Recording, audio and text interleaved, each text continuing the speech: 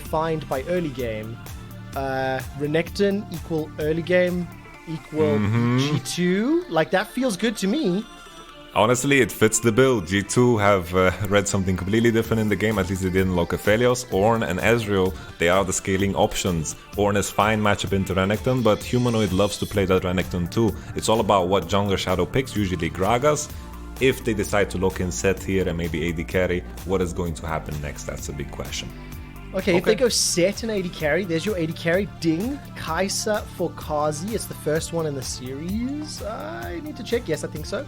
Carzzy for me is playing out of his... I mean, actually, I'm going to take a statement back. I think Mad Lions as a whole, they have all had phenomenal performances. And Yamato, you called that one perfectly. The Kaisa, the Sett is now locked in. There's some flexibility in swapping those two. And the Yuumi Ezreal...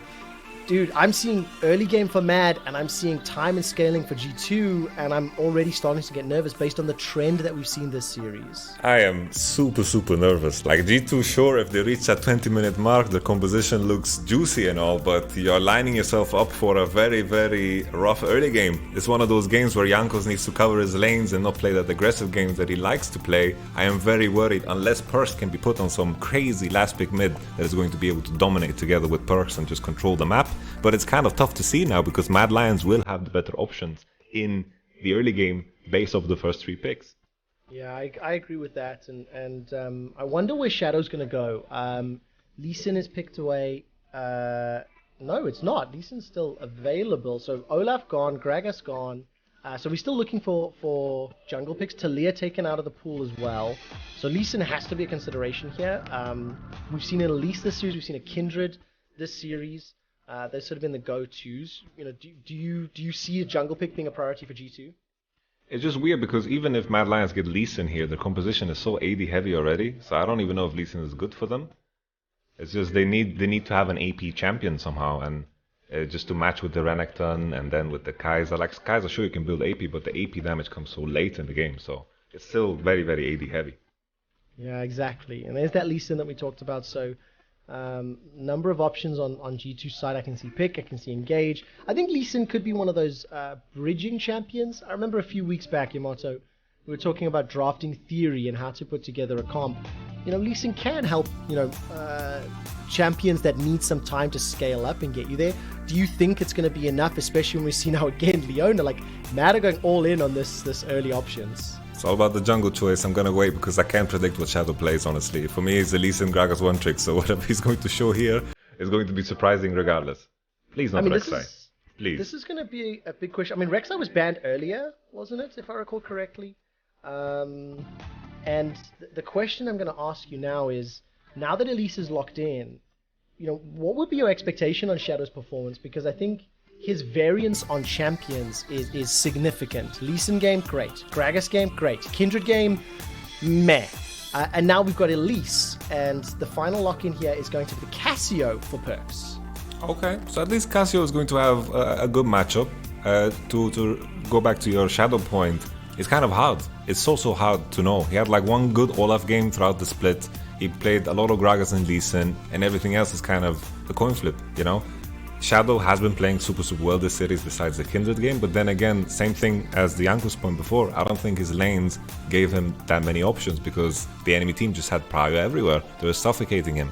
This is going to be a different case because Shadow has so many lanes to play for. Kaisa and Leona are gonna be able to push bottom and go all in.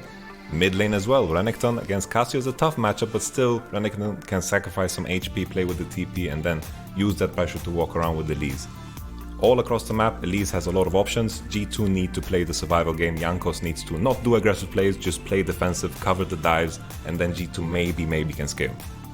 The mistakes that G2 Esports have made this series that have been punished by Mad cannot happen again if they want to survive this series. If they want to push it to Game 5.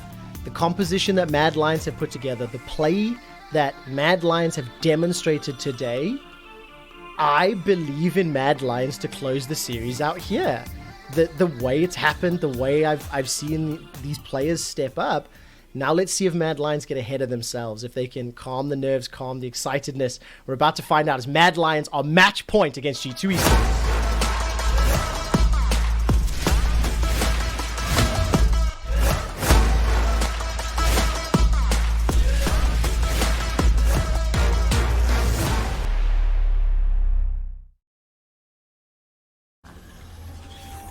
Welcome back. We are loaded up into game. YamatoCannon, I need you to help me. My memory's not that great, but I seem to remember PerkZ playing Cassiopeia against Splice in an elimination game. It was do or die. It was either match point, it was game 5, and I remember him flashing over a blue buff to come in and kill all of Spice and, you know, push them over the brink. Do you happen to remember when that series was? Honestly, I can't remember. You're putting me on the spot. I'm trying to dig deep. Was it against me?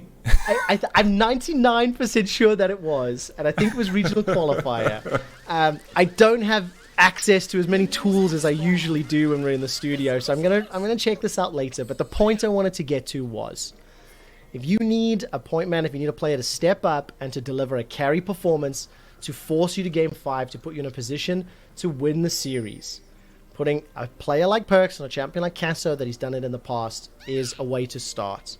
Now, we've already said, don't make mistakes, don't concede any kills or give Mad Lions advantages, because their comp is just going to be stronger in the early stages of the game. So we're looking for clean play from G2 and Yamato. I want you to point out mistakes or trends that we've seen series-wide, because fans at home, the analyst desk, us on the caster desk, we've been pointing out the issues that G2 are displaying, and Mad have beautifully been catching them, killing them, and taking advantage. The key thing for me is I feel like G2 always try to be the aggressors when they don't need to be, overstepping on dives, dying to TPs over and over. I don't think they need to force anything. Speaking of forcing, Jankos is going for level 2 gank already. Why not? Let's see how it pans out, Trevor. Let's see what happens. Waiting in the wings. I'm taking a look where Shadow is. He's all the way in the northern quadrant. And he is able to survive. So nothing really happens. No opportunity. Carzzy and Kaiser, they didn't push forward. They played fairly aggressively all series long. So maybe Jankos was just there to counter that play. Jankos loses a lot of tempo here. It's not normal to go for level 2 gank on Leona, because Leona doesn't want to play aggro early. She needs to get level 2. Usually G2 with their lane is going to be able to push and bounce, so it's very strange that they go for this. Feels almost desperate. The key thing for G2 is that they need to play through mid at all times. Cassio, Elise and 2v2, super strong. I don't want them to make plays on the other side of the lanes, because that's where Mad Lions is stronger. Mad Lions need to snowball. Okay, well, let's see what happens. Shadow's not making his way into this jungle. There's still a fair amount of time. Level 3 on Shadow. The Queen goes wide and the volatile spiting doesn't find a target. Jankos thinks about a play. The thing that I do like, though, is that if Shadow can make it into really any of his lanes, the setup and the follow-up for ganks is just ridiculous. Sett, Renekton, Leona, they all do so much to combine with Elise. So he's just looking for the right opportunity, and if that presents itself in the next few minutes, that's how Mad Lions can take advantage and get ahead. Yeah, the Mad Lions are definitely... Oh, okay. Alright, a lot of engage. Orome almost solo killing Wunder. Admittedly, Sett versus Ornn. How do you judge that? Is that good play by Orome or bad play by Wunder?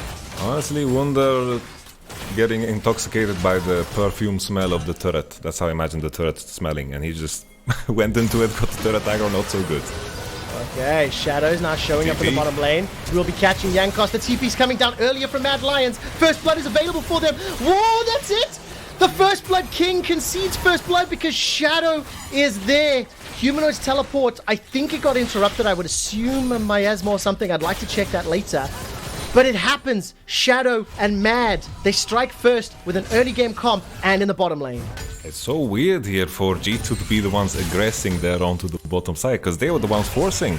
I think they need to play it cool, because Leona, Kaiser, Elise are so powerful in these early engagements. I think G2 still need to play through mid lane. That's where Renekton is going to struggle. 2v2 mid is the way forward. We have a dive, Trevor. Oh, we do indeed. Caps is going to be running for his life. No flash, no cleanse. Shadow with the second. Carzzy's now going to look for another. He does get taken out. Mickey throws out one of those autos from Yuumi, but it's 3 kills to 1. It's a 1,500 gold advantage. And, oh my word, 3-0 Elise. Oh, that's unfortunate, as Kaiser donates another kill to Mickey. But honestly, accelerating an Elise in match point with this comp, Mad Lions, this is fantastic. I just said G2, they are the ones forcing the case here. They were in such a good lane position. We have the TP situation. That's the cancel that you saw with your third eye somehow, Trevor. Super cool. We had the continuous fight. Just the fact that Lee Sin is forcing, they was in such a good position. They have the lane that wants to poke, Kaisa needed to base, he was low, and then they gave them away back by just forcing. And Leona and Elise just popped off and got the kill, and then we have the dive as well, Trevor. Unbelievable. Mad Lion. Oh, wait, hang on, it's not done yet. I can't jump back in. Oh my word, Mykix gets the save. All of a sudden, Wunder's in trouble. He goes down. Orome and Shadow, they get one top. Kaiser, Zenith Blade onto Mickey. If he hops out, can maybe do something. But they get another kill top. They're now spreading the love. Orome manages to get advantage. And PerkZ roam from mid. But do you feel it, Yamato? It's happening. Mad Lions with another fantastic play. And Jankos goes down. My goodness, if someone just woke up now and tuned into these series without nameplates, they would think that Mad Lions is G2. They are finding aggression all across the board. Mickey surviving with 1 HP, the dive onto top side, Lee Sin dying, Ornn dying. The crazy thing is, G2 are not playing through their one pressure point. Use Cassio. Oh my, what the? It's faster than recalling. It's faster than recalling. Caps will do an arcane shift backwards, gets tagged out as Carzzy's now stepping forward. Here comes Orome. Arome's going to be able to help out. It may not even be needed. And it's going to be another kill to Carzzy. 2,500 gold in the lead. During game 1 of this series, Yamato, I said that pound for pound, Mad Lions maybe don't have superstars.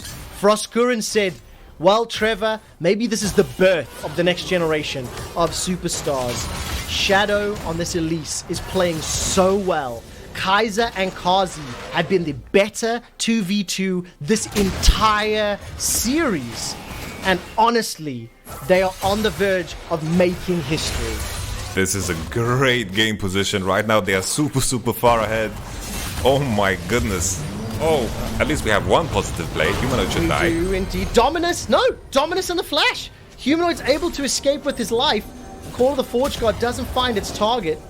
Level advantage for Shadow. And Humanoid also escapes. I mean, it's just all going right for the Mad Lions. I just feel like G2 completely lost sight of what their composition is about. Not patient at all, forcing over and over. Mad Lions have it easy. I mean, look at this. 4-0-1. Runic Echoes completed. Orome grabs 2 and pulls them together in another beautifully executed dive. I'm sorry you haven't got a chance to speak, Yamato, but this has just been play after play after play that Mad Lions has landed. It keeps continuing. G2 need to stop the bleeding. They need to activate their inner origin. They need to understand that they need to start trading sides and use that 2v2 power in mid. But with how fed Elise is and every member of Mad Lions, all of those opportunities of pressure are beginning to close down. G2 need to wait for a very deep late game in order to make something happen. They are in a position in the game where they need to wish and hope for Mad Lions' mistakes, because that is the only way they get to use their composition and what it's good for. I'm at a loss for words. 4,000 gold lead at 9 minutes. And okay. Mad Lions are going to look to continue this tempo. They want to play proactively. They want to move Shadow around, Sork Boots, Runic Echoes for tower dives. How do G2 stem the bleeding? What do they have to do to prevent this being their series end? I think it's all about predicting the next play from Mad Lions. It's easy to know that they're going to go for that Rift Turret, they're going to try to use it in order to maybe break the mid turret, because that's difficult for them. Mad Lions have a hard time sieging. They need to open up that space in mid in order to, of course, then find the flanks onto that Cassio and the Ezreal that want to wave clear in mid lane. If they manage to stop this and maybe trade somehow, like the Drake here, then G2 should be very happy. Just predict the next Mad Lions play, trade for something, stop the bleeding. Okay, this is going to be a difficult task, especially once the Rift Herald comes down. So G2 need to be ready to counter that play. We know that they do have some options as this game scales up. Ezreal, Yuumi, Ornn will be disgusting if the game is not over. But Caps is now looking to put a play onto Carzzy. He's going to start playing with a little bit of the ultimate there. Not going to find the CC Shadow. Summons the Rift Herald actually behind the tower. The Call of the Forge God not really going to do a whole lot. Waiting for the Cocoon. Goes a little bit wide, but tower number 1 is picked up. And while that was going on, G2's attempt in the bottom lane thwarted as Carzzy was able to flash to safety. Yeah, it's just Mad Lions I'm very happy because you're pressing tab and just Ezreal has a tier, right? There's no threat at all. Tiers usually is a sign of weakness in some cultures. Not modern day. I can tell you with a lot of pride and honesty that when I'm happy, I cry my eyes out. Me too. Cannon. I've done it on camera, man. I might actually cry if Mad Lions win this series. I can't really think of a bigger upset in EU history. Back-to-back LEC champions in 2019. World finalists. Like, this roster of players, albeit PerkZ and Caps, have swapped. I'm getting very ahead of myself. It's 11 minutes into the game. But it is, of course, the consequences, the stakes that you're talking about. And that's what Mad Lions are looking at. So anyways, let's bring it back in. We're only 11 minutes in. Looking at items, Trinity Force completed for Orome already. Manamune completed for both bot laners. And Renekton is working his way up. Got the Cutlass, got the Kindle Gem. What would you like to see from Mad Lions to take advantage now further? It's been a few minutes. They haven't got more kills yet. They're slowing down, my man. It's all about, I think the key reason why the game has been slowing down is because, okay, never mind. He gets away. That's not so good. Shadow's going to be able to flash over the wall, chased down by Caps. And what goes up must come down, and then it gets squashed. So anyways, Caps gets a kill back. So yes, talk me through it after we see a small donation to the Help G2 Fund.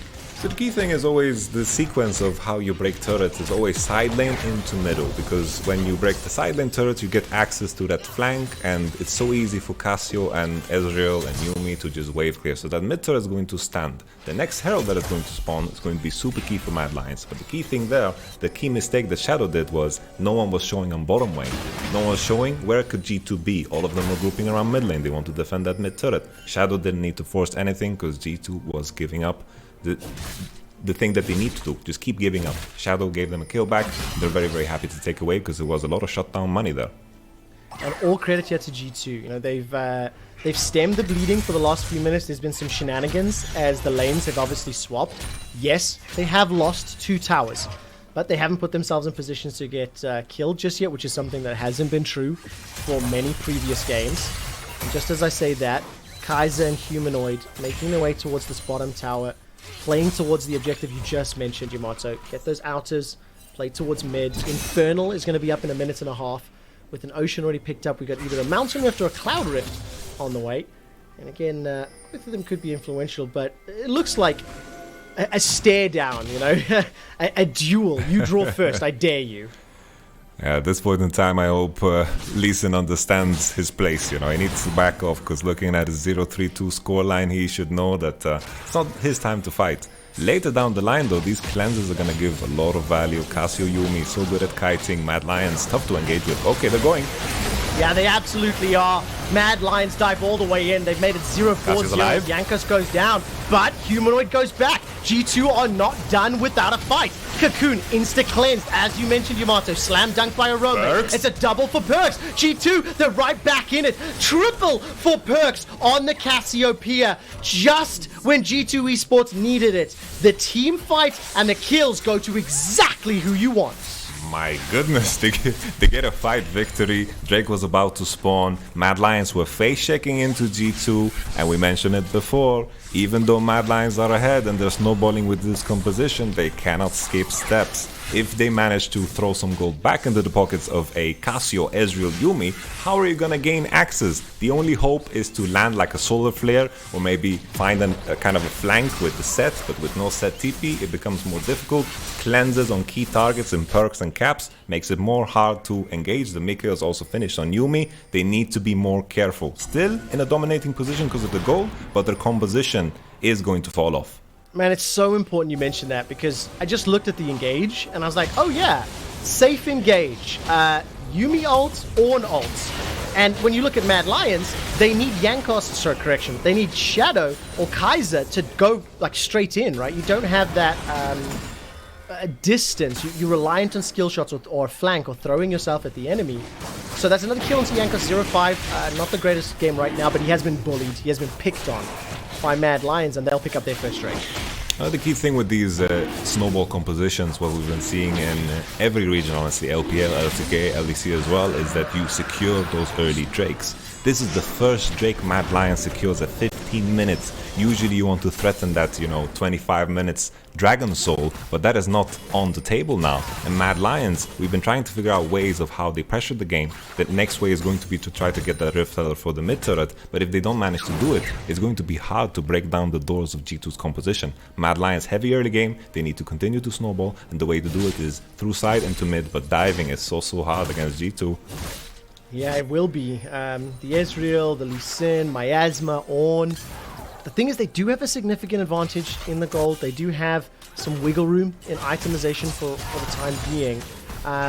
Humanoid on that Renekton, still working towards that Blade of the Rune King. He's still ramping up, needs a little more time.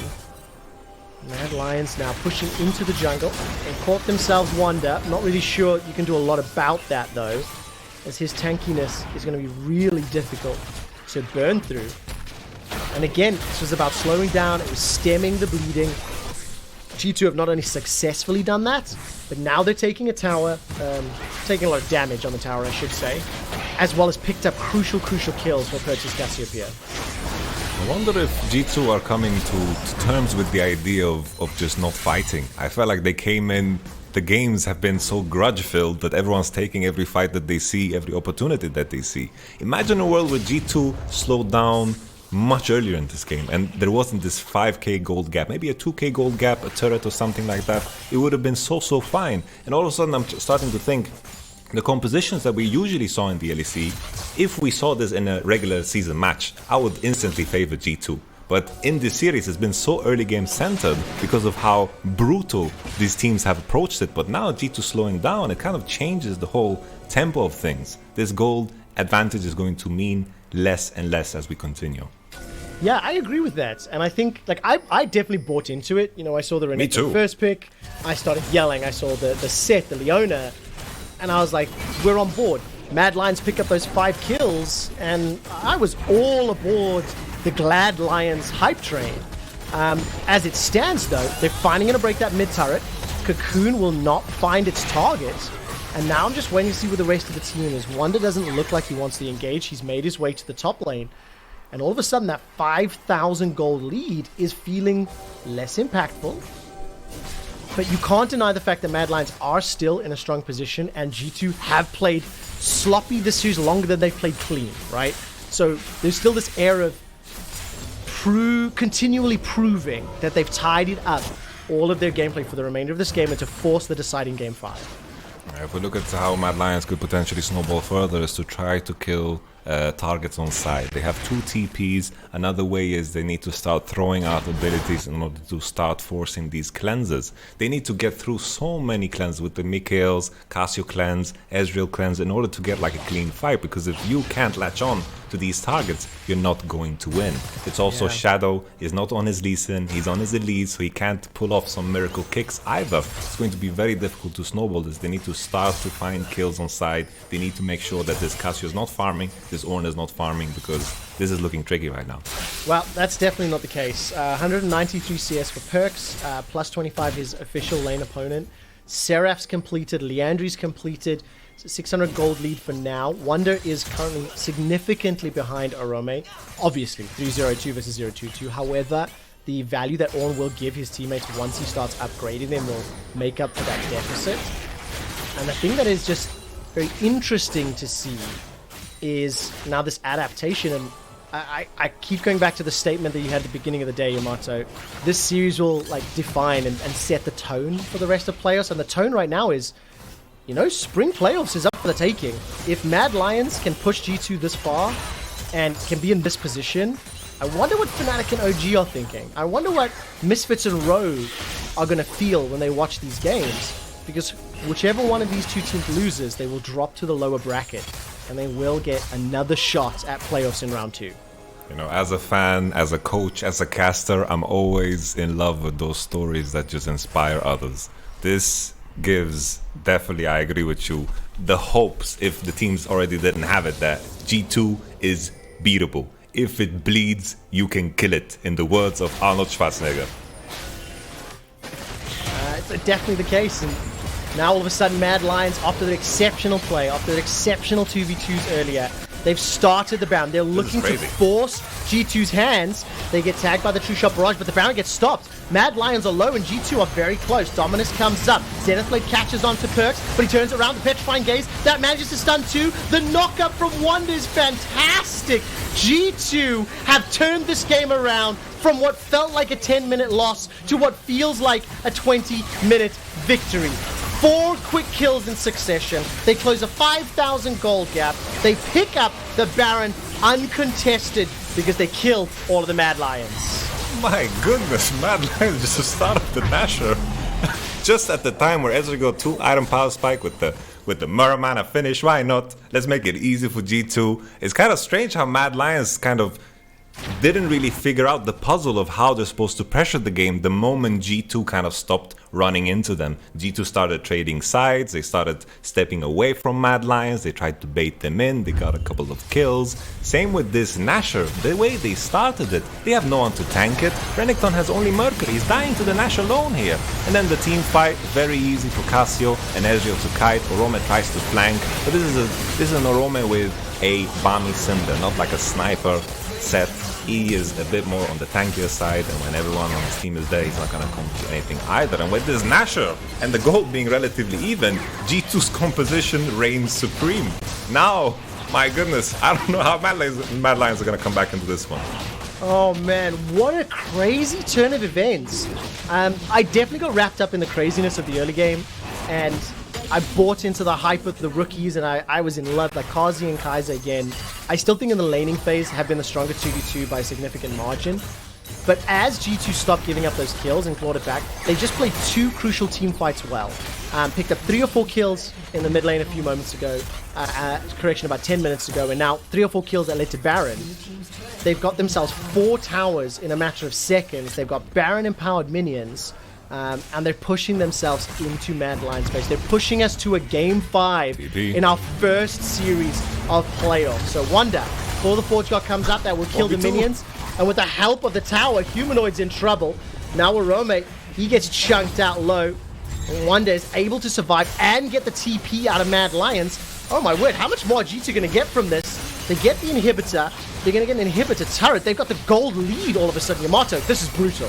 This is just, honestly, that was desperation to the max. I can't see a world where Mad Lions actually make a comeback. They need to have some crazy mistakes from Caps. Could happen. Has happened. Why not? But they need maybe 5 of those in order to come back into this game because their composition is shit. Oh my word. It worked it was a laning phase comp, right? And you get suckered into what can we do laning, but then the question of what do you do after that, there just wasn't a good answer. Yeah, they needed to find the snowball onto the side lanes. They needed to continue going.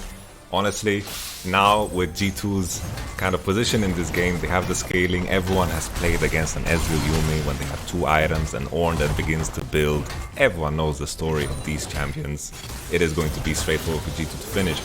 But the key thing that I want to highlight, Trevor, is I feel like this is the first time where G2 showed like that mid to late game decision making that was more intelligent. I feel like this entire series has been all about, you know, just fighting. G2 realized that they can slow down and play cool, and that worked perfectly. I wonder how Mad Lions is going to adapt coming into the next games, because G2 in the middle of this game managed to actually adapt. Yeah, I agree with that. And also it's important to call out that all of the good plays that Mad Lions have shown this series, making plays happen, tower diving, looking for kills, all of that has happened. The difference is G2 didn't make as many mistakes. And now Mad Lions look for the engage onto G2. PerkZ goes very, very low, brings up the shield. Petrifying Gaze comes down, but that was a fantastic call of the Forge God. Humanoid's the first to fall. Orome will be next. Turns it around, and now all of a sudden Mad Lions are running for their lives. G2 Esports in a 5 versus 3 can push into the base with super minions. And they've set themselves up for a Game 5 against Mad Lions. They cleaned up their play, but it is important to call out that Mad still generated a significant advantage in the early game. We've traded game for game back and forth as now G2 are pushing in. Last stand for 3 members of Mad Lions. Carzzy's got his ultimate available, but this is such a difficult task. No solar flare for Kaiser. He will get taken out in a moment or two. Shadow repels up. Carzzy is just running for his life. 1, 2, 3 members of the Mad Lions are down. The Pride is killed, and G2 Esports will force a deciding game. And it's going to be up to Mad Lions to stop it from happening. 1 or 2 lost kills here for G2 Esports as the Super Minions will look to finish the Nexus. 2 games apiece for the Mad Lions and G2 Esports. At the beginning of the day, if someone told me we're going to 5 games, I would say you are crazy. But in all of honesty, we've reached this point in time. We've had some crazy early games, and it felt like in this game things began to calm down. I think we saw a hint of what G2 can do when it comes to just decision making around how they need to play the mid to late game, not just face first, because I felt like there was a lot of ego there, and maybe kind of this scrim environment, the scrim mentality of always fighting and testing limits needs to kind of step out of the way. And the question now is, how will Mad Lions adapt? Because this full early game composition, the pattern that we saw throughout the day, is it no longer there. Early game super important, but you need to find balance. But it's so important as well to acknowledge that like Mad Lions have earned those victories, right? And yes, you know, we've seen mistakes from G2 that have been punished, but when Mad Lions had a composition that could transition from lane